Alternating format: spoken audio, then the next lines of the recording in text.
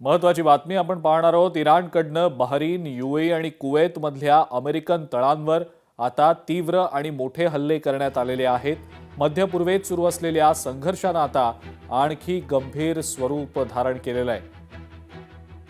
इराणनं operation true promise 4 सुरू केलेलं आहे। इराणच्या इस्लामिक रेव्होल्युशनरी गार्ड कॉर्प्सनं जड क्षेपणास्त्र आणि ड्रोन्सच्या सहाय्यानं संयुक्त अरब एमिरेट्स, बहरीन आणि कुवेतमधल्या अमेरिकेच्या 3 लष्करी तळांवर हल्ले केल्याची माहिती समोर आलेली आहे। अमेरिकन सेंट्रल कमांडनं दिलेल्या माहितीनुसार अमेरिकन सैन्यानं इराणच्या खर्ग बेटावर मोठे हल्ले केले होते।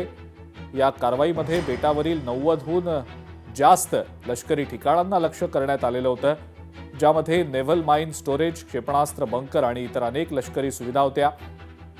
अमेरिकेनं मात्र तेलाशी संबंधित पायाभूत सुविधा जाणून बुजून वाचवल्या असंही सांगण्यात आलं होतं। प्रत्युत्तरादाखल इराणकडून आता अमेरिकन तळांवर हल्ले सुरू झालेले आहेत।